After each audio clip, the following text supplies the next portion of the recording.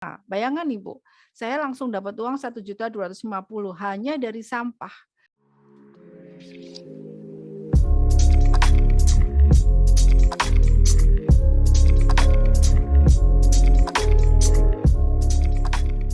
Acara selanjutnya akan ada webinar bisnis kerajinan tangan dari sampah hasil olah laut oleh Ibu Cahyani, pemilik usaha Yani Handicraft. Selamat pagi Bu Cahyani, bagaimana kabarnya Bu? Selamat pagi, alhamdulillah saya sehat walafiat. Bagaimana Bu Cahyani kabarnya? Apakah baik-baik saja? Alhamdulillah Keluarga? kabar saya baik-baik. Bisa kedengeran suara saya di sana? Iya, tapi ini masih pakai manual, pakai mikrofon saya, jadi ya gantian Ibu. Oh iya Nggak iya apa-apa. iya, nggak apa-apa. Iya. Terus Ibu selama pandemi ini kegiatannya ngapain aja Ibu di rumah? Saya selama pandemi tetap berproduksi, jadi mengumpulkan bahan ya. Jadi saya tetap berproduksi walaupun tidak banyak. Saya terus mengembangkan produk dengan membuat model-model baru. Jadi berharap setelah pandemi ini saya mempunyai produk baru. Jadi saya tidak terhenti karena pandemi gitu. Wah, tetap produktif ya Bu, walaupun Iya, tetap di rumah gitu ya Ibu ya. iya. Nah, kebetulan ini warga desa Gisik Cemadi juga notabene berprofesi sebagai nelayan Ibu. Jadi mungkin nanti Oh, ada yang Ibu sampaikan akan sangat berguna bagi warga di sini. Nah, iya. sebenarnya peserta sudah tidak sabar untuk mengetahui lebih lanjut mengenai bisnis kerajinan tangan dari sampah hasil olah laut. Sebelum kita memasuki materi webinar kali ini, mari kita kenal sedikit lebih dalam tentang Bu Cahyani. Terima kasih atas waktunya. Baik, untuk beberapa 1 jam lebih ke depan, ibu-ibu semua yang ada di balai desa akan bersama saya. Mungkin ada sedikit ilmu saya yang bisa saya sharing, bisa saya sampaikan kepada ibu-ibu. Semoga bermanfaat. Jadi untuk nama saya Cahyani, saya biasa dipanggil Ibu Yani. Dengan nama brand saya adalah Yani Handicraft.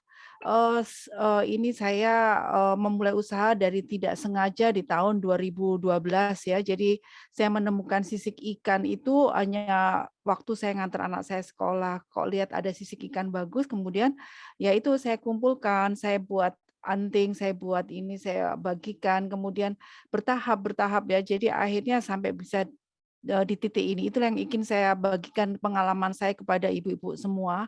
Bagaimana saya dari yang tidak sengaja, dari yang hanya ngumpulin sisik di pasar, saya bisa sampai di titik ini, sampai bisa produk saya sampai ke luar negeri. Untuk alamat saya ada di Manado. Saya sudah tinggal di sini sudah 15 tahun ya. Jadi mungkin siapa tahu suatu saat ada yang ke Manado. Bisa langsung next screen.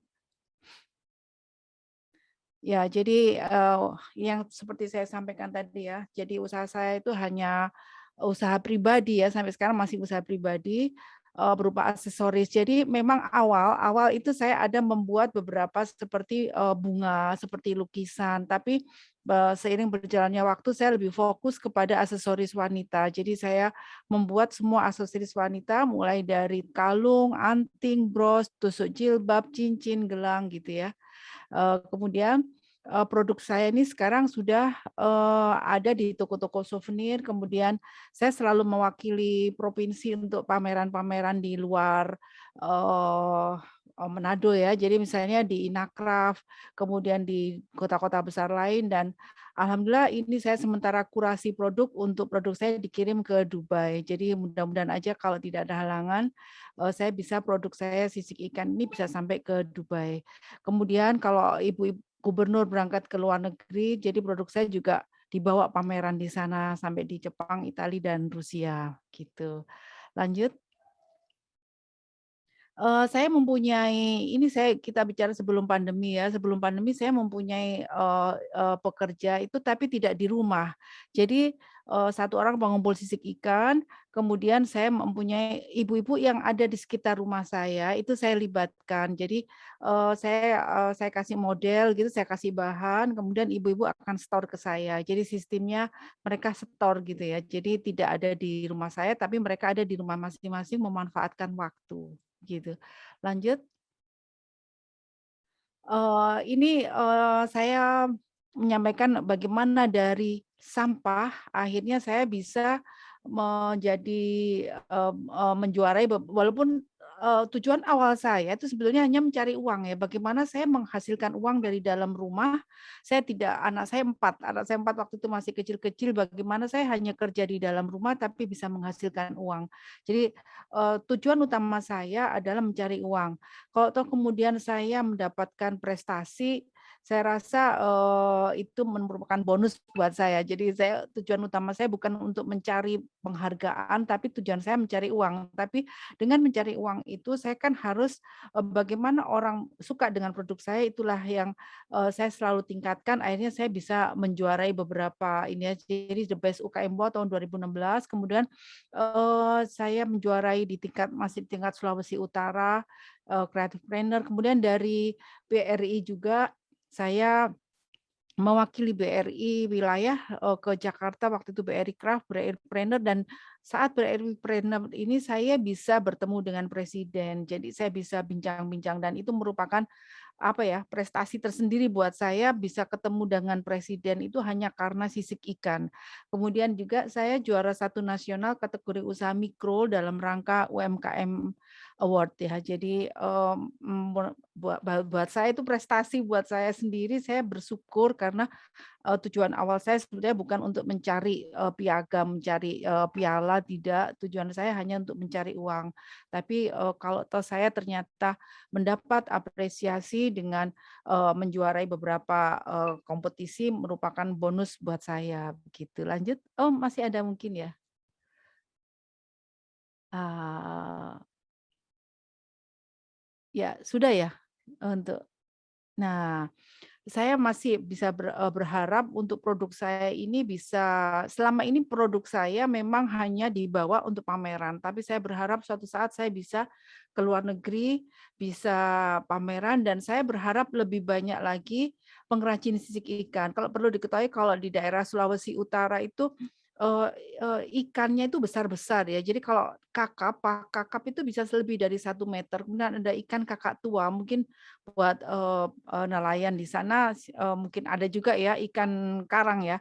Ikan kakak tua itu saya bisa dapat sisik itu dari ikan yang, panjangnya sekitar 2 meter. Jadi memang sisiknya jadi besar-besar gitu. Jadi saya di sini saya juga melatih, sampai ke pulau-pulau, kemudian ke kabupaten-kabupaten, saya instruktur untuk, eee eee, ibu-ibu nelayan, asosiasi dan, apa ya, dari dinas, saya melatih untuk, aksesoris kerajinan sisik ikan ini. Saya berharap juga ilmu ini saya bisa tularkan kepada ibu-ibu yang ada saat ini di balai desa ini ya.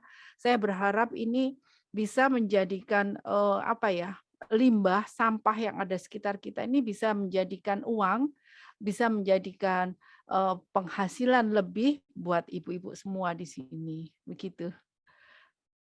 Bisa lanjut? Ya, jadi, saya tuh selalu mengutamakan memberdayakan sumber daya manusia ya. Jadi, produk saya itu memang, produk yang, apa ya, ramah lingkungan karena saya memanfaatkan sampah, kemudian produk pendukungnya pun juga saya berusaha ramah lingkungan, seperti, kalung dengan serat pisang abaka yang sekarang saya, sementara buat, kemudian dengan kain-kain yang ramah lingkungan ya. Jadi produk saya itu berusaha untuk menjadi ikon daerah Sulawesi Utara. Tapi saya berharap juga, yang ada saya buat ini bisa sampai ke seluruh Indonesia karena di Indonesia kan seluruh Indonesia itu pasti ada ikan-ikan ukuran besar seperti yang ada di Sulawesi Utara. Ada juga ikan kecil yang bisa dimanfaatkan. Kadang ada di daerah yang tidak mempunyai ikan dengan ukuran lebih 1 meter, tapi bisa juga ikan kakap yang, lebih kecil itu kita manfaatkan ya. Jadi nanti mungkin saya bisa sampaikan mungkin model seperti apa yang yang bisa dibuat gitu. Bisa lanjut? Nah, ini, model-model ya, ini awal-awal itu jadi untuk pewarna ini memang saya masih belum ramah lingkungan ya, saya memakai One-Tech. Kalau di sana ada One-Tech pewarna kain itu, nah itu saya pakai One-Tech jadi nanti proses pembuatannya ada. kemudian, saya memakai ini bros ya, ini saya pakai ini nih sisik yang kanan itu adalah sisik ikan kakak tua yang ukuran 2 meter. Jadi, saya bikin bros, hanya sisiknya nggak saya rubah bentuknya, jadi yang cuman saya warna dengan pewarna kain. Kemudian yang kiri itu saya padukan dengan kain tenun. Jadi saya pakai serak ini talinya dengan tali kulit pohon jonggoli ya dari Papua. Jadi saya berusaha memang, bagaimana caranya produk ini memang benar-benar alami gitu ya. Jadi walaupun ada sedikit yang mungkin dari kawat atau apa, tapi paling enggak pendukung sebagian besar adalah produk alam. Bisa lanjut? Nah, ini model anting. Jadi, kalau di sini ya, karena di sini banyak yang non-muslim, produk saya lebih banyak di anting ya. Jadi saya memanfaatkan tempurung kelapa. Jadi ini gampang sekali buatnya Ibu-ibu. Jadi sisik ikan nah, kalau di sana nanti sisiknya tidak ada yang besar, nanti bisa dibikin seperti yang di tengah. Yang di tengah itu cuman sisik kakap dengan ukuran, ya itu kakap ukuran berapa ya, 20 senti itu bisa sisiknya bisa dibikin seperti itu. Kalau tidak pakai anting bisa juga untuk, tusuk jilbab, untuk bros bisa. Ya, jadi bahannya gampang, bikinnya juga tidak terlalu rumit, jadi dan harganya itu mahal. Saya jual anting itu minimal 50.000. Bayangin ya, anting itu 50.000. Kalau yang kanan itu satu set itu saya jual sekitar, 400.000 dengan kawat tembaga yang dirajut. Kalau di daerah Sidoarjo ada itu pengrajin kawat yang dirajut gitu ya. Jadi kawat yang dirajut apa, kemudian yang kalung yang sebelah kanan itu saya bisa jual antara 175 sampai 200 hanya dengan saya tambahkan mutiara di situ dan buatnya itu mudah. Jadi bisa Ibu bayangkan ya, modal kita itu kecil sekali tapi kita karena, handmade dan ini adalah kerajinan tangan ya, kerajinan tangan dan kita bisa jual itu dengan harga mahal gitu ya, apalagi kalau bisa sampai ke luar negeri. Ya bisa lanjut? Oh mungkin cuman itu ya modelnya ya? Oh nanti bisa mungkin saya tambahkan ada, lagi yang lain, mungkin bisa dilanjut dulu dengan video. Jadi dari video ini, sejarah bagaimana saya memulai usaha sampai, di situ ibu-ibu mungkin bisa bisa lihat. Bisa minta tolong di-share screen video saya. Hanya 5 menit, mungkin ibu-ibu bisa lihat dulu.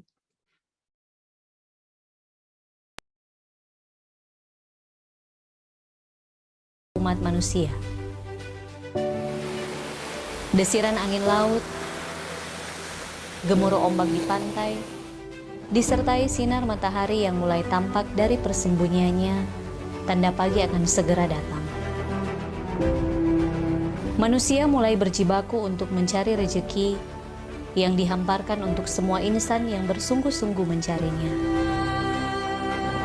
Dengan segala profesi pekerjaan, bergerak menyambut pagi untuk memulai beraktivitas.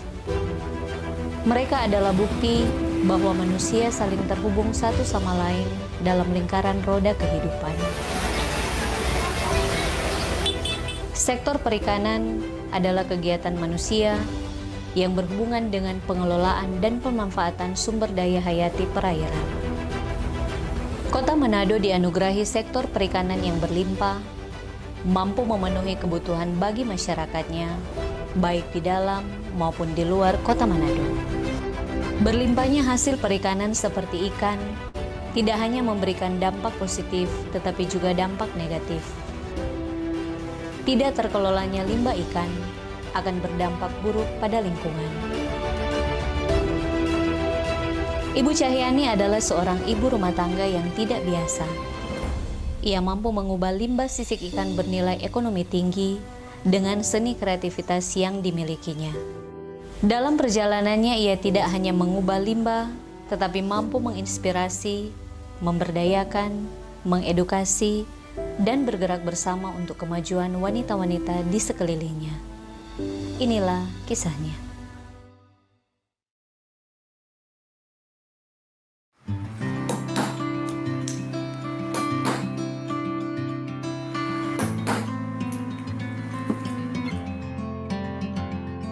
Cerita ini banyak saya mulai sejak tahun 2012 ya. Waktu itu saya setiap hari ngantar jemput anak saya 3, waktu itu yang kecil masih kelas 2 SD, yang kembar kelas 5 kalau nggak salah, 4 atau kelas 5. Biasanya saya nunggu di kantin. Pada saat itulah saya lihat pegawai kantin sedang membersihkan ikan. Saya lihat kok sisik bagus begini dibuang ya. Terinspirasi dari yang kantin itu, saya kalau ke pasar, saya ke penjual ikan. Di penjual ikan saya tungguin ya, karena di sini kalau sisik ikan itu saya bisa ambil kalau ada yang beli ikan. Sedangkan nggak mungkin lah saya waktu itu mau beli ikan kakap 1 meter itu. Jadi saya tungguin, kadang saya ke sana bolak-balik sampai sudah ada yang beli itu ikan. Sisiknya dibuang, saya ambil itu di lantai walaupun sudah kotor-kotor. Jadi itu sampah ya. Sampah itu saya bawa pulang.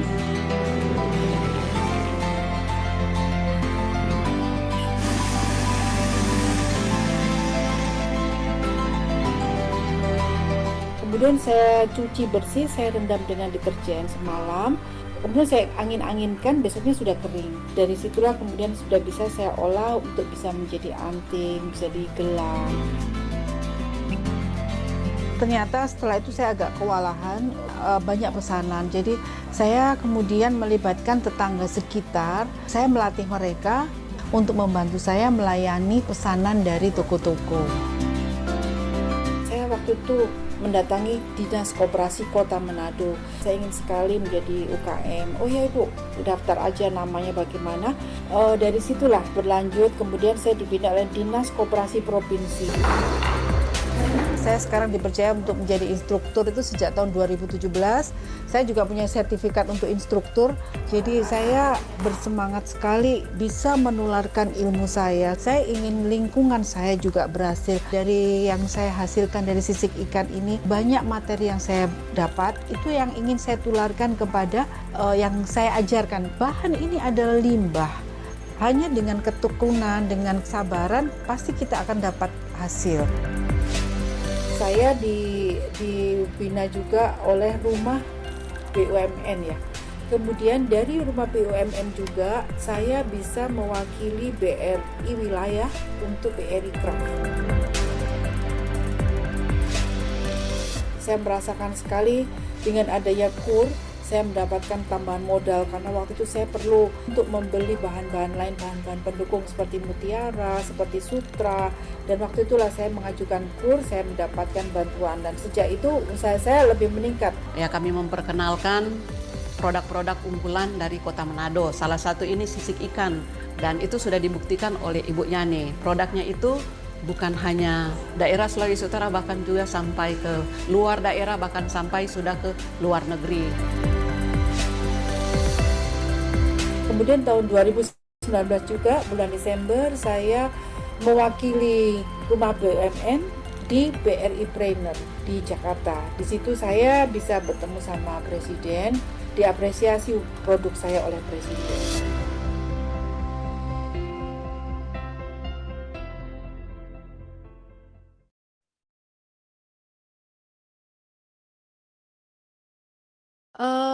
Demikian ya. Jadi itu sejarah, istilahnya sejarah bagaimana yang diberitakan di video ya. Jadi mudah-mudahan yang pengalaman saya ini bisa dimanfaatkan juga oleh ibu-ibu ya. Jadi saya kurang jelas di sana, ibu-ibu biasa menemukan sisik ikan yang dari ikan jenis apa. Cuman saya sepintas beberapa apa ya, saya pernah dari kelompok KKN bahwa di sana ada juga ikan kakap, cuman mungkin tidak ada yang besar sekali ya.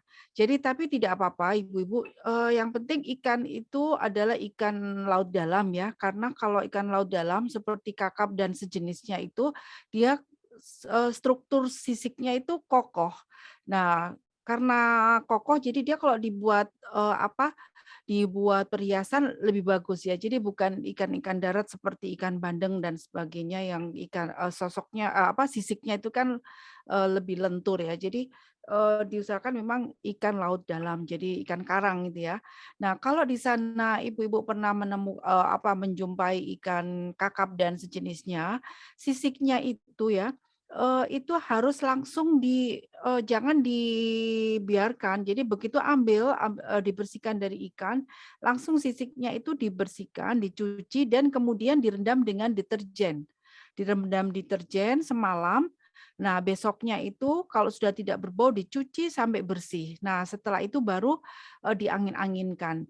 Nah, setelah itu sisik bisa kita manfaatkan, mau dibikin apa. Nah, caranya itu juga seperti yang tadi di share screen tadi itu di video saya. Jadi dilobanginnya pun juga dengan maaf saya nggak bisa berpraktek di sini ya, agak sulit, tapi paling tidak secara sederhana saja, kalau Ibu tahu paku seng, nah hanya dengan paku seng itu yang atasnya itu besar ya, paku seng dan palu, kemudian telenan, sudah Ibu dilobangin kemudian dikait-kaitkan. Nah, ada sebetulnya di YouTube saya itu tentang proses pembuatan ya, yang lebih terperinci daripada video tadi.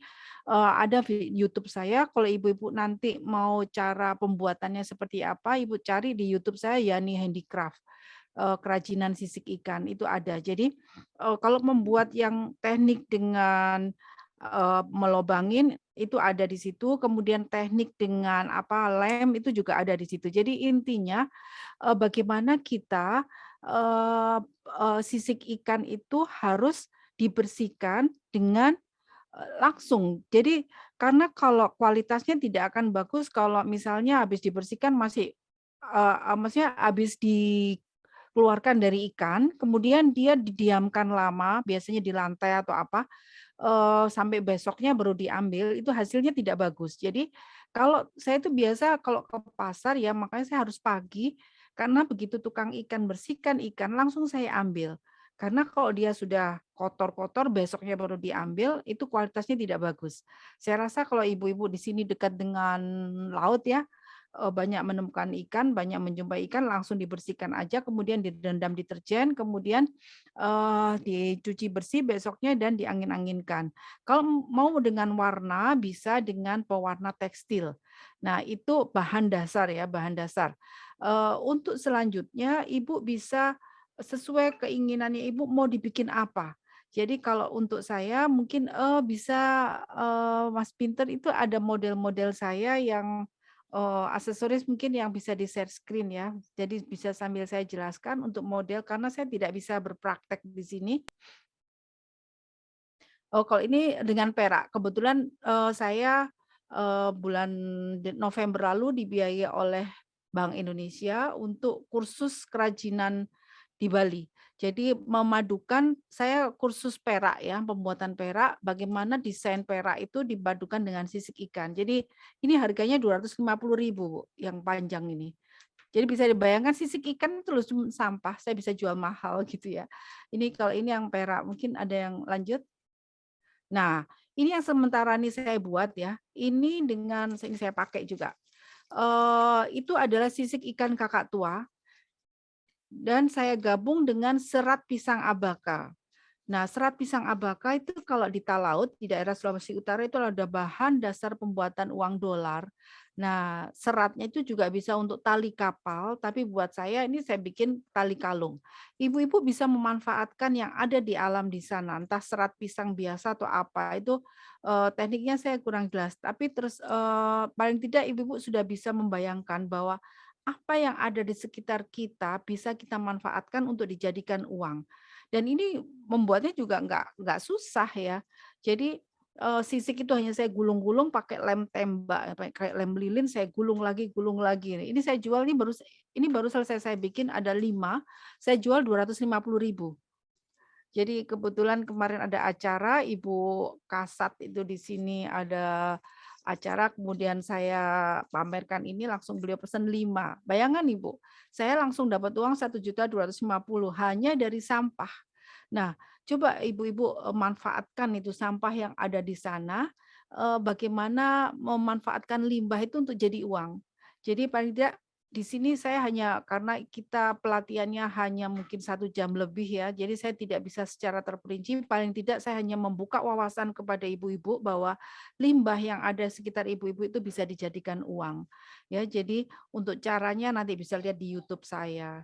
Boleh lanjut? Ini juga perak. Ini kan sisik ikan cuman berapa biji, ini saya jual kemarin 450.000 dengan perak. Jadi, apa, memang perak asli, kemudian di situ saya gabungkan dengan sisik ikan. Nah, ini Ibu sisik ikan di sana yang kecil-kecil bisa dimodel seperti ini, bisa untuk giwang. Dan saya tidak pernah merubah bentuk ini, bergerigi ya. Kalau ikan kakap merah, ya Ibu pasti sudah hafal. Ikan kakap merah atau ikan kakap putih ya, dia punya gerigi. Tapi, kalau saya lebih menggunakan kakap merah karena apa? Ikan kakap putih, walaupun dia panjangnya 1 meter, sisiknya tetap kecil. Nah, kalau ikan kakap merah, dia semakin besar ikan, semakin besar juga sisiknya. Makanya saya lebih banyak menggunakan ikan kakap merah. Ya, jadi ikan kakap merah itu setelah nanti dicuci dengan deterjen itu jadinya ya putih ya. Jadi saya tidak pernah pakai bahan-bahan kimia lain, tidak, cuma direndam dengan deterjen saja. Ya, jadi ini yang gelang harga sekitar 400.000-500.000. Boleh lanjut? Nah, kalau ini yang baru-baru saya kirim ke Lombok ini ya. Ini juga, nah itu yang anting, anting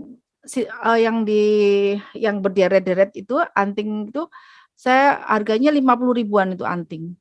Coba ibu-ibu bisa bikin nanti coba sisik ikan itu ya setelah dicuci bersih model anting itu ya, itu bisa jadikan juga tusuk jilbab dikasih dengan aduh sayang ya, kalau begini rasanya kepingin sekali melatih langsung ya. Bisa dijadikan tusuk jilbab, bisa dijadikan kalung atau apa, itu cuman dilobangin dengan paku kemudian, belikan gelong-gelong kayak besi bulet-bulet ya, kalau di toko-toko aksesoris itu pasti ada. Ya, maaf, yang bulat-bulat itu untuk dirangkai. Ya, jadi, kalau yang bawah itu sisik ikan kakak tua, cuman saya gulung-gulung, saya gabung begitu aja itu kalung itu harga 200, 250.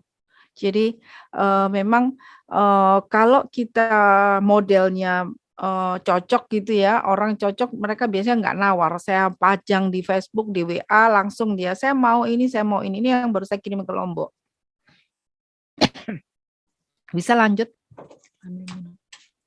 Nah, ini adalah sisik saya minum sebentar.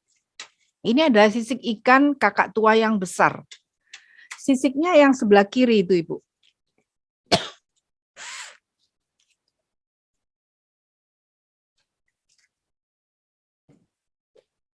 Sisiknya sebesar itu, diameternya sekitar ini ikan di atas 2 meter ya. Nah, saya bikin, tuh satu persatu karena dia sisik itu setelah yang penting kalau Ibu setelah cuci jangan dijemur ya, hanya diangin-anginkan di kipas angin karena kalau dijemur dia keriting, menggulung.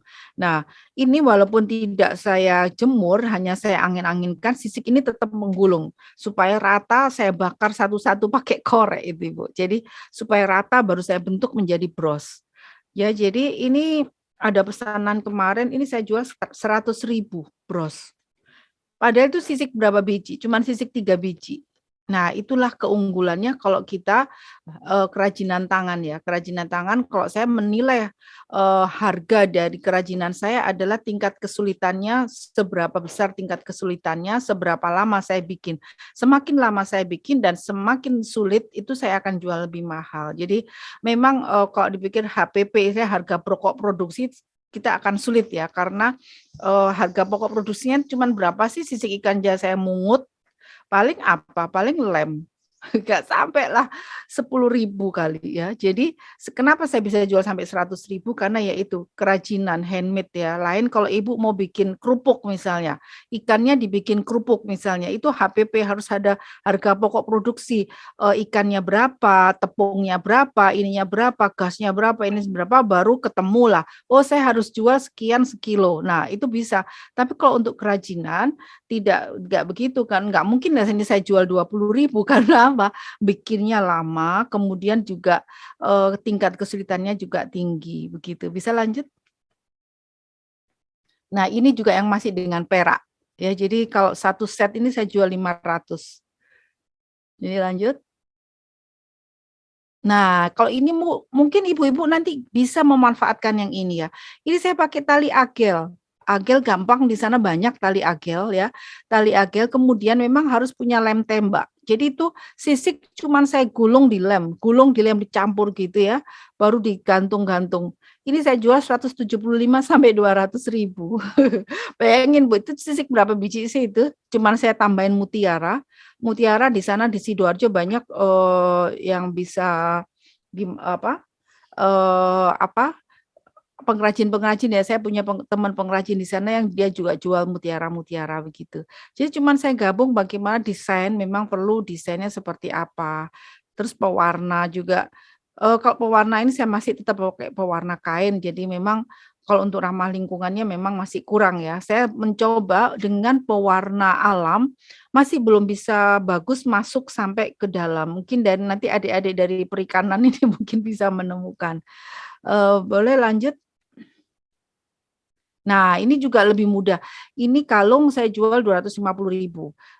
Kainnya itu dari sutra batik sutranya khas Sulawesi Utara. Kemudian ini cuman sisik ikan yang saya saya rangkai pakai lem tembak. Jadi kalau ibu-ibu pernah bikin bunga-bunga, ya itu disusun gitu udah jadi bunga.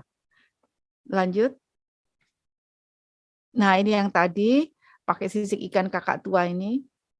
Lanjut lagi, ini tadi masih yang perak ya, cincin. Ini 150.000. Lumayan ya Bu. Nah, kalau ini juga gampang nih. Ini cuman sisik yang ini pakai tali dari kulit pohon. 2 sisik saya gabungin jadi satu, tengahnya saya kasih kristal-kristal, nanti digabung-gabung lagi. Sudah jadi, itu saya jual 200. Ya kan? Jadi bagaimana nilai ekonominya itu berapa ratus kali lipat gitu ya dibandingkan dengan harga pokoknya sampah berapa sih ya. Jadi ini kalau ibu-ibu bisa menekuni ini bagus sekali. Lanjut. Nah, kalau ini sudah lebih rumit, saya pakai tembaga dan tetap saya unsur alam semua itu pakai talinya juga dari kulit pohon, kemudian saya kasih mutiara kecil-kecil. Jadi sisiknya gabungan antara sisik ikan kakap dan ikan kakak tua. Ya, lanjut. Nah, kalau ini saya padukan dengan rajut. Kalau ibu-ibu bisa merajut ya, ini pakai kawat tembaga yang 0,3. 0,3 mili. Jadi kalau ibu-ibu beli di belanja kawat di sana tukang dinamo, saya biasa kalau ke tukang dinamo ditanya, ibu-ibu belanja kawat buat apa? Biasanya kan tukang-tukang dinamo. Kalau buat saya, ini saya jual ini 500.000. Betul Ibu, jadi bisa sampai 500.000 kalung ini. Padahal ini kan cuma rajutan aja, rantai gitu ya. Kemudian saya gabung dengan sisik ikan. Ya, lanjut. Nah, ini anting ini 150.000. Jadi ini saya ini kan inspirasi buat ibu-ibu di sana bagaimana kalau kita bisa mengelola sampah dengan baik itu akan menjadikan nilai ekonomi yang tinggi buat kita. Masih ada mungkin? Oh ya, ini masih yang perak, lanjut. Ini masih perak, ini anting juga, ini 250. Nah, kalau ini 250. Ini yang tadi ya, sisik ikan. Ini saya foto dari atas supaya tahu sisik ikan kakak tua yang saya bikin kalung. Lanjut. Nah, ini yang itu kan gampang, itu cuma digulung-gulung itu. Cuma digulung-gulung aja, dilem, digulung, dilem. Jadi mungkin kalau ada kesempatan saya kepengen deh mau ngajarin. Cuman ini paling tidak menjadi inspirasi aja buat ibu-ibu. Ini maaf nyela. Ini di YouTube aku udah nemu videonya, mau di share screen. Iya ya, boleh. Kak, share screen ya. Iya, supaya lihat. Ini sisik ikan tuh yang dari pasar. Nah, baru saya kasih deterjen, sembarang deterjen. Jadi direndam. Ya, itu.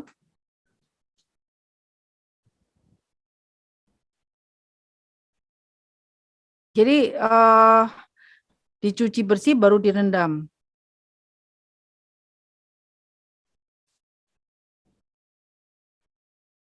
Ya.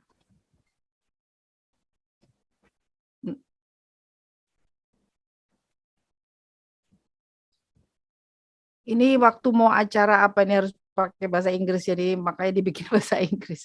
Nah, setelah itu dibilas. Besoknya dibilas, usahakan bilasnya sampai bersih sekali ya. Jadi jangan sampai ada masih sisa rinso karena nanti menempel jadi nggak bagus. Baru diangin-anginkan, ditaruh di tampah ya, kalau di sana ada tampah, pakai koran gitu, diangin-anginkan di dalam rumah aja pakai kipas angin. Nah, itu kan saya angin-anginkan dengan kipas angin saja.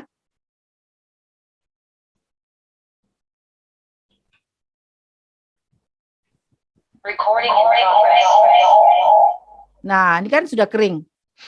Ya, jadi kalau mau yang warna putih seperti itu. Tapi kalau mau yang warna berwarna, nah setelah proses pembilasan sampai dia sudah bersih dari rinso, itu kita beri wantek itu tadi. Ya, wantek. Nah, itu untuk pemberiannya tergantung mau yang warnanya lebih pekat atau lebih ini. Jadi pakai air hangat juga boleh, tapi jangan panas ya, karena kalau panas langsung dia rusak, langsung menggulung. Jadi pakai air hangat saja, terus direndam. Nah, direndam setelah dia sesuai warnanya, misalnya nggak usah sampai semalam, tidak usah. Jadi biasanya kalau 2-3 jam gitu ya, setelah dia masuk sesuai keinginannya ibu-ibu sih ya. Nah, ini contohnya saya bikin kalung yang sistem lobang. Nah, itu pakuseng, kemudian palu. Alatnya itu makanya kenapa saya memilih alat yang mudah, walaupun saya bisa pakai bor duduk, bor apa. Karena saya harus melatih sampai ke pulau-pulau di sana kan orang lebih susah ya kalau cari bor. Itu cuma dilobangin, di tengah atas dilobangin, baru nanti dirangkai, dimasuk-masukkan. Nah, ini saya waktu mau bikin kalung model Cleopatra istilahnya. Nah, itu Ibu bisa pakai rajutan tembaga, itu tembaganya ya. Kemudian saya kait-kaitkan tuh bisa sudah jadi kalung. Ini yang saya pakai pewarna hitam. Nah, kalau pewarna hitam pakai semuanya satu bungkus supaya dia pekat. Kalau pekat lebih bagus. Nah, ini saya pakai pewarna merah. Jadi memang, tapi kalau saat lomba ya, misalnya atau apa itu, saya jarang memakai yang pewarna karena biasanya juri selalu ini pakai pewarna apa gitu ya, karena saya belum menemukan untuk yang pewarna alam yang pas bisa masuk ke dalam sisik. Jadi sisik itu Ibu ya, kalau saya bor, dia baunya seperti kalau gigi kita dibor. Jadi mengandung apa itu namanya ya? Apa itu apa itu kandungannya dalam gigi itu kok bisa sama dengan sisik gitu. Jadi dia tuh keras kan. Jadi kalau mungkin itu yang membuat susah pewarna masuk. Nah, ini sistem yang mau bikin bunga tadi hanya memakai lem tembak. Itu kan saya susun. Saya susun di lem. Nah, jadi cara teknik pengeleman itu nggak boleh langsung banyak karena dia harus pas panas tempel. Nah, itu kan panas sama dengan seperti membuat bunga. Itu alasnya sih yang putih pakai itu aja kain keras, sisa-sisa kain keras untuk baju itu ya. Nah, baru saya bentuk seperti bunga mawar. Terus nanti terserah mau ditaruh di mana. Ini saya taruh di rajutannya kawat tembaga. Nah, situ udah jual bisa 300.000 itu. Ya kan? Jadi nah, ini saya jual sekitar 300.000 ini. Dan laku, saya juga heran ya. Kadang kalau saya pameran itu, saya sampai harus bawa bahan, saya sambil bikin karena ternyata banyak orang yang suka, suka dengan aksesoris yang lain daripada yang lain. Nah, jadi ini inspirasi mungkin saya tidak tahu di sana selain sisik ikan apakah ada bahan lain. Nah, kalau ini kalung ini dengan tembaga. Nah, ini anting. Anting-anting begini paling laku kalau saya jualan itu ya. Ini saya gabung dengan tembaga-tembaga. Ini waktu masih 2-3 tahun yang lalu ini model-model ini. Jadi memang masih suka orang model yang besar. Nah, di pandemi ini saya lebih model yang lebih sederhana dan karena masa pandemi orang tidak suka terlalu dengan yang jreng-jreng gitu ya. Jadi model saya juga saya bikin yang lebih sederhana gitu ya. Gitu, itu mungkin sampai di sini saya akan membuka tanya jawab. Silakan kalau ada ibu-ibu yang bertanya gitu ya. Oh iya, sebelum saya buka ke tanya jawab, lebih baik mungkin bahan apa yang ada di sana yang mungkin saya bisa memberikan masukan kepada ibu-ibu apa yang bisa dibuat gitu ya. Saya pernah dapat kabar kemarin dari kelompok KKN bahwa di sana ada ikan pari. Nah, ikan pari itu kulitnya itu mahal sekali. Jadi, kalau ibu-ibu di sana bisa memanfaatkan kulit ikan pari itu disamak ya, disamak di sana di Sidoarjo ada pasti ya. Kalau di sini agak sulit. Disamak untuk bisa menjadi kulit nanti itu bisa itu mahal sekali. Nanti mungkin teman-teman KKN bisa menyampaikan.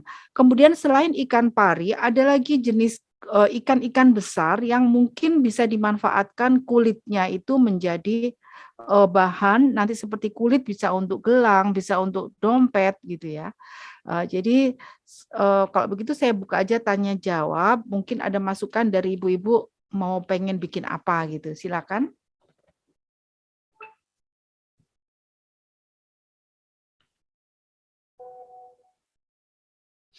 Terima kasih Bu Yani atas pemaparan materinya. Jadi mungkin sebelum masuk ke tanya jawab, saya akan merangkum terlebih dahulu materi yang telah disampaikan oleh Ibu Yani. Jadi Ibu Yani selama ini di rumah sudah bisa berbisnis sekaligus menjadi relawan untuk gerakan menjaga kebersihan lingkungan ya Ibu ya. Jadi produk-produknya yang dihasilkan itu tuh berasal dari fisik ikan yang merupakan limbah di pasar, yang mulanya hanya mengotori pasar, tapi memiliki nilai jual ternyata setelah diolah. Jadi mungkin dari ibu-ibu di sini, apabila ada yang ingin ditanyakan terkait materi webinar kita pada pagi hari ini, silahkan untuk angkat tangan dan mungkin bagi teman-teman atau yang hadir dalam Zoom bisa menggunakan fitur Raise Hand Zoom atau juga dapat menuliskan pertanyaan di kolom chat box Zoom. Mungkin ada yang ingin ditanyakan ibu-ibu, silahkan.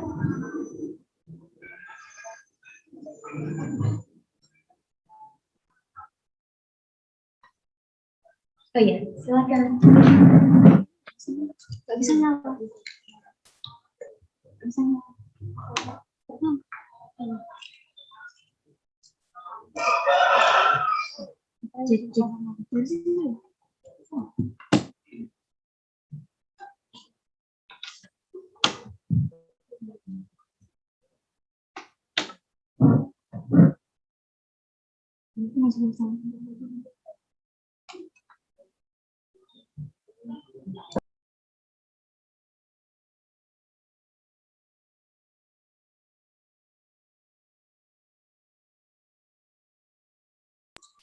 Ingin bertanya kepada Ibu Kayani. Di sini dulu itu juga pernah mendapatkan sosialisasi seperti ini dan juga pernah praktek seperti ini juga. Dan itu produknya juga terjadi. Akan tetapi terjadi saja. Dan pertanyaan saya itu bagaimana sih Bu cara marketing untuk memasarkan produk-produk kami? Karena di sini itu kami juga minim sekali dalam hal marketing sehingga produk kami itu tidak bisa terjual keluar. Bagaimana kiat-kiat dari Ibu agar produk kami juga bisa seperti produk-produk Ibu. Baik, terima kasih. Assalamualaikum warahmatullahi wabarakatuh. Mungkin karena agak putus-putus ya, sepintas saya dengarnya intinya bagaimana pemasaran ya, pemasaran produk ya, begitu ya Bu ya? Ya, mungkin saya ulangi lagi pertanyaan. Oh ya, boleh. Ya, jadi yang ditanyakan adalah kebetulan di Desa Gesik Cimahi sendiri pernah mendapatkan sosialisasi seperti ini juga, dan kebetulan ibu-ibu dan masyarakat warga di sini sudah sempat membuat kerajinan seperti ini. Namun yang menjadi kekurangan adalah marketingnya Ibu. Jadi mungkin Ibu bisa memberikan tips terkait marketing dan mungkin apa saja sih yang perlu diperhatikan supaya kerajinan sampah olahan sampah olahan laut ini dapat memiliki harga jual yang tinggi. Terima kasih, Ibu. Ya, untuk marketingnya memang saya selama ini karena di daerah Sulawesi Utara itu adalah daerah wisata, jadi saya lebih banyak ke toko oleh-oleh. Di sini banyak toko oleh-oleh yang memang khusus untuk turis-turis gitu ya. Kemudian kerjasama juga dengan BRI, dengan BI ya, karena kebetulan saya juga binaan bank. Kemudian dengan dinas-dinas. Jadi di mana mereka selalu bisa untuk pengiriman, bukan pengiriman ya, pameran-pameran ya. Jadi lebih banyak ke pameran. Tapi untuk masa pandemi ini, kita akan berbicara di masa pandemi. Sekarang lebih banyak di online. Jadi saya memanfaatkan untuk penjualan sekarang karena toko-toko souvenir juga sepi. Jadi saya memang setahun itu saya biasanya bisa lebih dari 5 kali pameran. Tapi saat ini tidak ada pameran sama sekali. Toko souvenir juga banyak yang sudah istilahnya kurang lah ya. Jadi saya lebih banyak penjualan secara di marketplace, di online, di WA, Facebook, kemudian di marketplace seperti Shopee, Bukalapak gitu ya. Jadi lebih baik kita sekarang untuk berjualan itu di online. Tapi ya itu memang harus secara gimana ya, fotonya kita perbaiki, kemudian juga memang harus ada admin khusus untuk yang penjualannya itu, Ibu. Jadi karena seperti kita ini kadang-kadang sudah gaptek ya, udah males kalau mengurusin itu. Jadi memang harus ada admin khusus untuk penjualan secara online supaya lebih tertangani gitu ya. Jadi mungkin jawaban saya untuk saat pandemi ini marketingnya memang lebih banyak kita melalui online. Begitu, Ibu?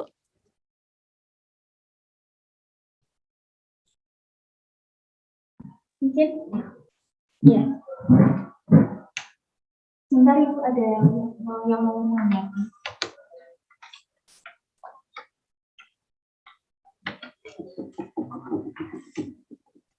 Ya, terima kasih Bu atas jawabannya. Memang di sini juga kita sudah berusaha menawarkan di online begitu. Namun gimana ya Bu ya?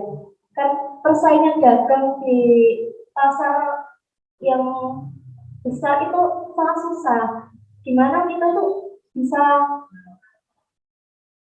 jadi gimana ya? Jadi yang paling wow gitu. Produk kita itu bisa ada gimana ya? Ada yang lain gitu loh Bu, yang bisa mencolok dari pasar besar itu. Bisa dilihat gimana gitu caranya. Kan persaingan dagang itu kan sangat banyak ya Bu ya. Kira-kira cara Ibu itu bagaimana agar produk kita itu tetap konsisten berada di pasar besar dengan persaingan dagang yang begitu luasnya melalui media online juga. Terima kasih. Mungkin bisa lebih di ini kan Mbak, karena suaranya agak putus-putus. Oh iya Ibu, saya ulangi lagi ya Ibu.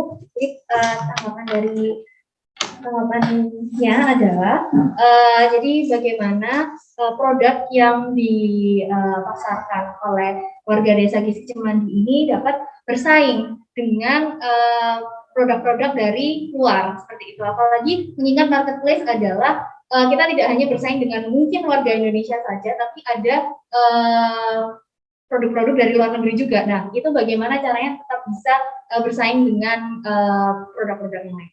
Terima kasih, Ibu.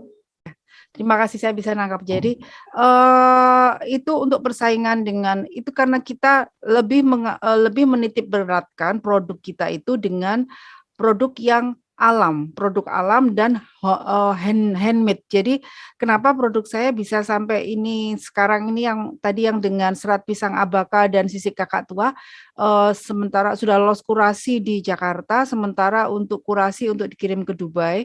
Karena apa? Persaingan aksesoris saya di seluruh Indonesia kan ketat nih ya. Saya bersyukur bisa lolos walaupun belum tahu apakah bisa berangkat. Nah, itu kenapa? Karena produk saya tetap menitip beratkan pada alam ya, alam dan kemudian dia memang handmade dan alam. Jadi bagaimana kita memanfaatkan alam sekitar kita untuk bahan pendukung. Jadi saya tidak menggunakan bahan, misalnya rantainya itu saya tidak menggunakan yang bukan alam. Jadi saya menggunakan tetap unsur alam dalam produk saya. Nah, itulah kita bisa bersaing dengan produk-produk lain. Kemudian masalah juga dengan apa itu ya? Apa sih desain? Desain bagaimana kita mendesain suatu produk itu jangan kita harus sesuaikan juga dengan masa saat ini, bagaimana orang kecenderungannya sekarang ini suka warna apa, kemudian suka model yang gimana, dan menurut saya cenderungnya orang di masa-masa ini dia suka model yang tidak terlalu ramai dan simple. Nah, makanya saya bikin produk dengan desain yang hanya serat pisang abaka dan dengan gulungan ikan kakak tua itu ya, sisik ikan kakak tua, itu kan dia nggak terlalu rame, tapi tetap menonjolkan bahwa oh itu ada sisik ikan, oh itu ada serat pisang. Nah, itulah salah satu cara bagaimana kita apa ya bisa supaya kita beda dengan yang lain. Kalau kita membuat produk yang usahakan beda dengan yang lain. Jadi kita mempunyai ciri khas. Jadi kita mempunyai ciri khas produk kita yang tidak sama dengan yang lain.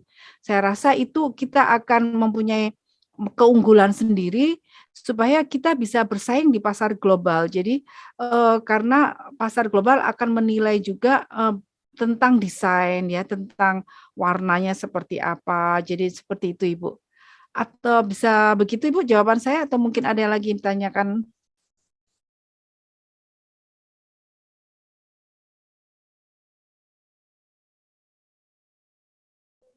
Sudah Ibu, tidak ada tanggapan lagi. Mungkin saya ingin merangkum jawaban dari Bu Yani tadi. Jadi yang perlu diperhatikan itu ciri khas dari produk yang dihasilkan dan melihat target pasarnya seperti apa yang diinginkan konsumen, apa yang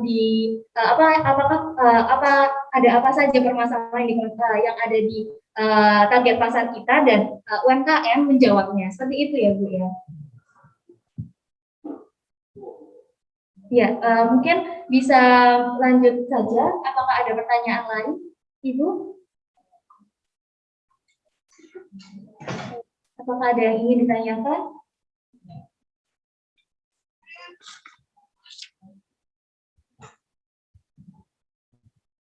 Ya, mungkin dari teman-teman yang ada di Zoom, apakah ada yang ingin ditanyakan?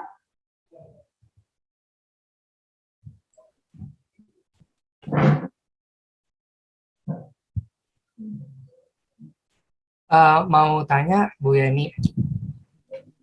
Nah, seandainya kalau di Manado sendiri kan sudah ada supplier bahan-bahannya. Nah, kalau di daerah Sidoarjo, pokoknya Jawa Timur itu gimana tentenya? Kan tante Ibu ini juga dulu tinggal di Malang, jadi pasti tahu lokasi-lokasi di mana tempat beli bahan-bahannya. Nah, pasti bermanfaat juga nih buat ibu-ibu di sini.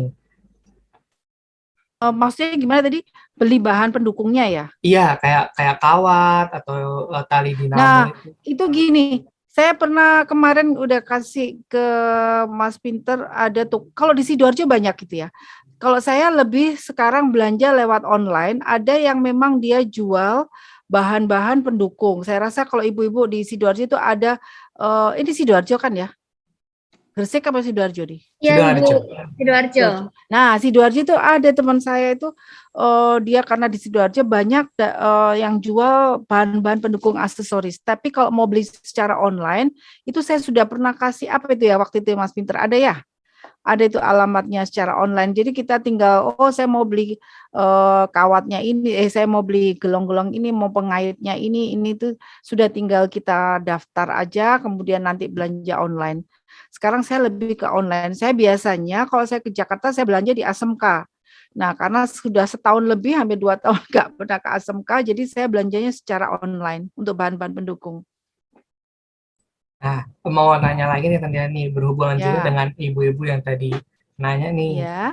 eh ini terkait dengan ini ya, awal-awal penjualan. Apakah pertama kali Ibu Yani jualan ini tuh langsung laku atau sempat nggak laku dulu setahun, 2 tahun? Terus gimana Oh, cara motivasi Ibu Yani tuh bisa tetap semangat sampai sekarang? Kan pasti awal-awal nah, nggak mungkin kan ya. langsung laku gitu kan. Jadi gini, saya itu awalnya hanya untuk iseng ya, hanya untuk iseng untuk saya pakai sendiri. Kemudian teman saya lihat kok bagus saya jual, itu pun hanya bros 20.000, anting 20.000 waktu itu. Kemudian akhirnya saya titip di toko, itu pun awalnya toko itu hanya mau 5 biji gelang dan itu konsinyasi. Dan memang tidak mudah untuk merubah persepsi orang bahwa sisik ikan ini bisa bagus untuk aksesoris gitu ya. Jadi makanya kenapa perlu waktu agak lama juga saya. Jadi saya karena fokus ya. Jadi mungkin saya juga ingin menyampaikan kepada ibu-ibu dan adik-adik di sini kalau kita mempunyai usaha itu usahakan kita fokus. Fokus bahwa saya ini punya usaha, saya kan sisik ikan dengan nama brand saya Yani Handicraft. Nah, saya fokus di usaha ini walaupun kadang tidak ada penjualan, tapi saya tetap terus aja tekun aja ya. Saya fokus di usaha ini sampai brand nama saya itu bisa bisa jadi. Nah, orang melihat saya sama dengan melihat sisik ikan, itu namanya branding nama saya udah jadi ya. Jadi kadang saya dipanggilnya itu Ibu Sisik Ikan sampai sekarang. Kadang saya kalau ngeceknya itu saya lihat handphonenya teman-teman. Coba saya mau lihat handphone nama saya kamu tulis apa di situ? Dia tulis Yani Sisik Ikan. Jadi itu istilahnya bahwa branding nama saya sudah berhasil bahwa saya adalah pengrajin sisik ikan. Nah, jadi memang awalnya itu tidak mudah. Tidak mudah tuh paling cuman berapa, tapi ya itu kita harus fokus. Usaha ini harus fokus sampai memang benar-benar kita mencapai di titik yang kita harapkan gitu. Gitu Mas Pinter. Jadi memang tidak mudah gitu ya. Perlu bertahun-tahun. Iya sih, saya juga yakin nggak mudah. Bayangin aja dari tahun 2012 hingga tahun 2021 sekarang, Iya. Ibu Yani tuh udah bisa ketemu Bapak Presiden, tapi ingat ada waktu juga yang panjang hingga 9 tahun hanya membuat sisik ikan. Jadi Ya. nggak Nah, mungkin mungkin bisa saya awal-awal tuh tambahkan langsung ya. laris. Iya, betul. Nah, saat kita branding nama kita sudah berhasil, kita harus punya juga produk tambahan. Karena apa? Tidak mungkinlah orang setiap hari mau pakai aksesoris, ya kan? Tidak mungkin orang mau beli aksesoris itu setiap saat. Nah, saya juga saat orang sudah kenal dengan nama saya dengan sisik ikan, saya punya produk tambahan. Saya bikin, sekarang ini saya sementara bikin kain ekoprint, saya bikin tas, kemudian saya bikin keripik pisang, saya bikin sambal pada saat pandemi, saya bikin masker. Jadi, tapi ya itu jangan terlalu di apa ya di ini di media supaya orang nggak bingung Bu Yani ini penjual keripik atau penjual sisik ikan. Nah, jadi saya tetap di sisik ikan, cuman saya mempunyai bisnis tambahan ya. Jadi saat kita mempunyai usaha, kita harus fokus sampai branding nama kita itu sudah bagus, usaha kita sudah istilahnya sudah bagus, barulah kita bikin produk tambahan ya supaya jaga-jaga. Nah, ternyata betul juga. Saya sebelum pandemi saya sudah punya produk sambal roa, sambal ikan cakalang. Saya mungkin Mas Pinter pernah ya saya kirimin abon ikan cakalang, saya bikin keripik pisang goroho. Nah, pada saat pandemi orang tidak beli sisik ikan saya jualan keripik, saya jualan sambal gitu ya. Jadi memang kita usaha itu harus pinter-pinter lah gitu ya. Jadi yang penting harus tetap semangat gitu.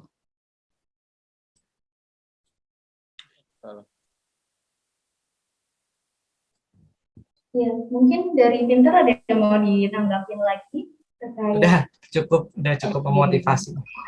Terima kasih. Mungkin ada yang ingin ditanyakan lagi? Mungkin sambil menunggu hadirin untuk bertanya, Ibu. Mohon maaf saya belum bisa on cam karena koneksi di desa sedang tidak lancar, jadi takutnya nanti terputus. Jadi saya mau tanya, tadi kan sudah diberikan motivasi dan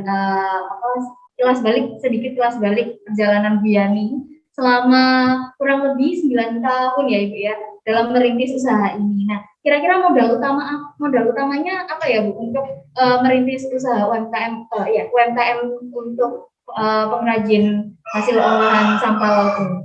Ya, terima kasih. Jadi yang penting ibu-ibu harus fokus. Jadi misalnya di sana ada apa yang mau dibuat usaha, misalnya ataupun sekarang sudah mempunyai usaha, misalnya bukan hanya tentang kerajinan, entah itu buat kerupuk atau bikin apa.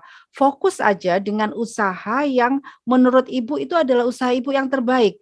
Nah, fokus di situ, kemudian jangan terpengaruh dengan teman-teman atau tetangga kiri kan. Oh, misalnya nih, saya mau usaha kerupuk udang misalnya. Terus saya lihat tetangga saya kok usaha terasi bagus. Ah, mau pindahlah. Oh, yang sana kok usahanya bagus. Ah, pindahlah. Jadi itu namanya tidak fokus. Coba kita harus memang kalau itu usaha saya itu memang cocok buat saya, udah fokus aja di situ sambil terus semangat, jangan pantang menyerah sampai ibu-ibu bisa menemukan bahwa memang itu adalah usahanya ibu yang terbaik. Jadi memang jangan mudah tergiur dengan usaha orang lain karena belum tentu itu cocok buat kita. Jadi mungkin itu terasi cocok dengan ibu sebelah sana, tapi belum tentu cocok dengan saya. Gitu. Kerupuk udang saya berhasil di saya, tapi belum tentu cocok dengan ibu di sana. Jadi saya rasa ibu-ibu harus fokus dengan yang ibu kerjakan, terus aja gali potensi untuk membesarkan usaha itu sampai benar-benar branding nama ibu itu berhasil bahwa oh ini kerupuk udangnya ibu itu memang paling bagus sampai ibu dipanggil apa itu kerupuk udang apa misalnya. Nah, itu namanya usahanya ibu udah berhasil, baru ibu bisa bikin usaha tambahan ya seperti yang saya ceritakan tadi. Jadi yang penting ibu harus tetap semangat dalam berusaha, kemudian pantang menyerah ya. Jadi fokus untuk mencari uang. Kalau buat saya ya, saya adalah fokus untuk mencari uang. Anak saya 4, wah saya harus punya uang banyak ini untuk anak-anak ya. Itulah istilahnya fokus untuk kita mencari uang. Kalau itu ada penghargaan itu adalah bonus dari Allah. Saya rasa begitu ya Mbak ya.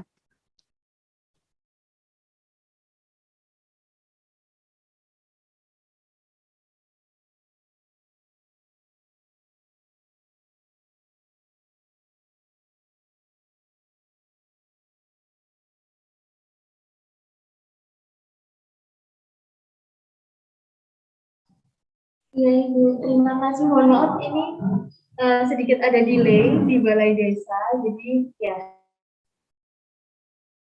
Mohon maaf Ibu, sebentar koneksinya terputus lagi di balai desa. Oh iya nggak apa-apa nggak apa-apa.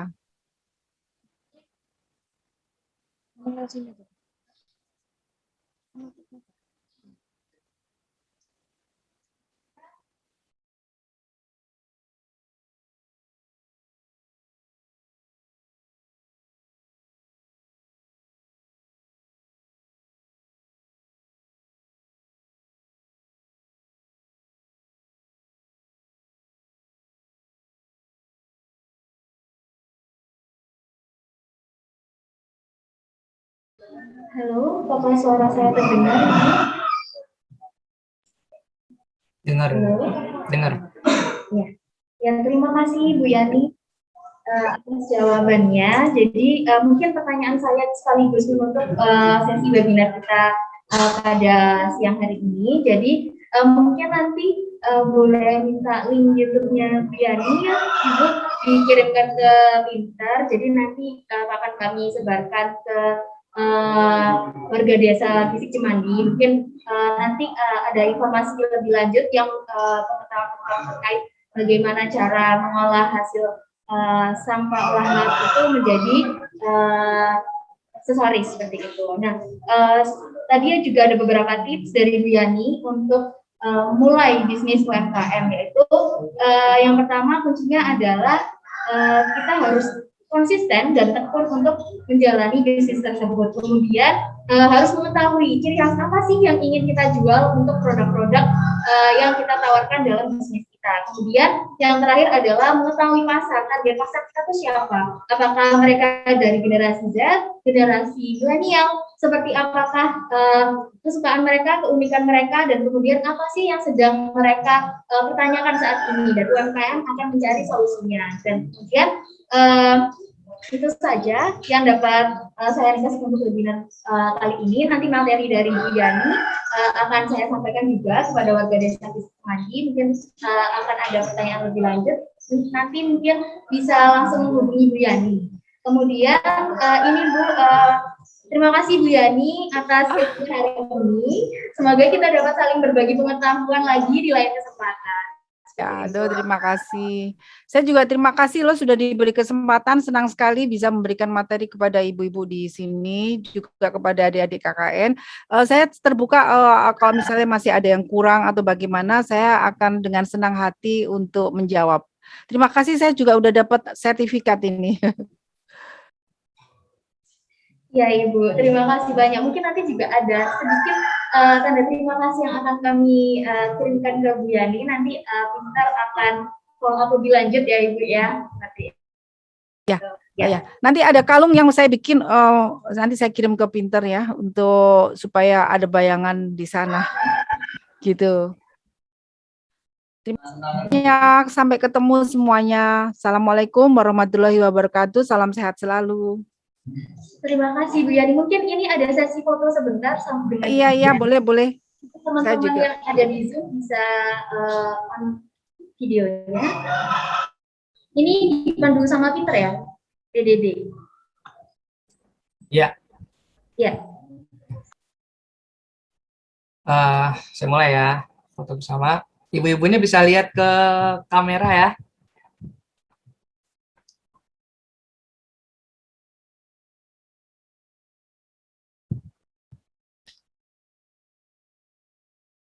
Oh, ada Bu Fitri juga. Sebentar ya Ibu, sedang memposisikan kamera. Sip. Tuh. Saya mulai ya. 1, 2, 3. Sekali lagi mungkin. 1, 2, 3. Oke, sip. Makasih ya. Terima kasih Bu Yani. Ya semuanya. Assalamualaikum. Waalaikumsalam. Waalaikumsalam. Tidak terasa kita sudah sampai di penghujung acara. Terima kasih atas partisipasinya hari ini. Semoga ilmu yang telah disampaikan oleh Bu Cahyani dapat bermanfaat bagi kita ke depannya. Selanjutnya kita akan istirahat dulu 10 menit sebelum memasuki acara penutupan kelompok 131 KKN BBM 64 Universitas Airlangga di Desa Bisi Cemandi.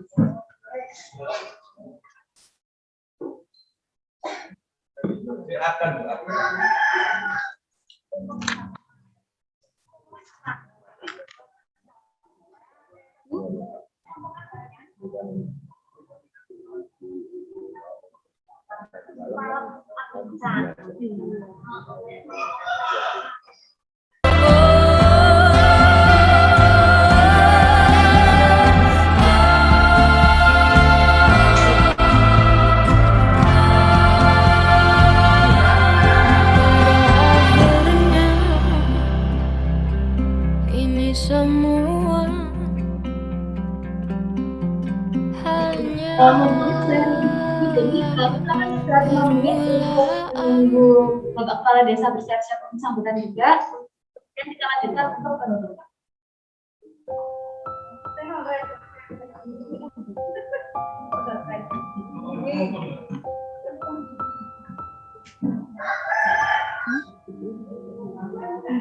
dialog dini hari kepada diriku sendiri, tak bisa ku tertidur lagi, melayang pikirku tak pasti. Dialog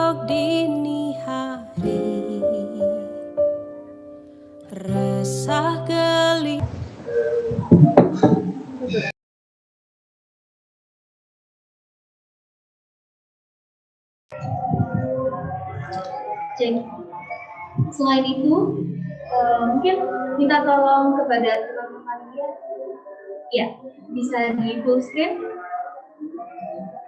Selain itu, kami juga ada cenderamata produk dari Bu Yani Handicraft untuk Desa Gizi Cimandi. Kebetulan cendeраmatanya masih dalam proses ya, ibu-ibu, bapak-bapak. Jadi kami saat ini hanya bisa menayangkannya pada layar proyektor. Semoga cenderamata ini dapat memotivasi warga Desa Gizi Cimandi untuk tetap berkarya di masa pandemi.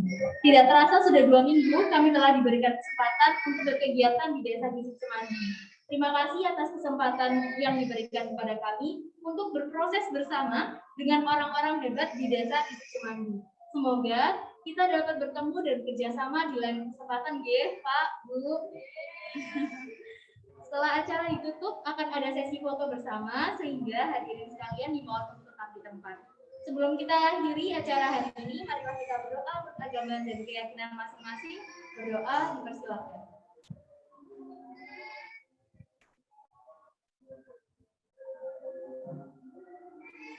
Berdoa dicukupkan.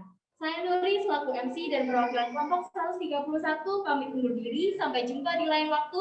Ingat, tetap patuhi protokol kesehatan, stay safe, stay healthy. Wassalamualaikum warahmatullahi wabarakatuh. Selamat siang.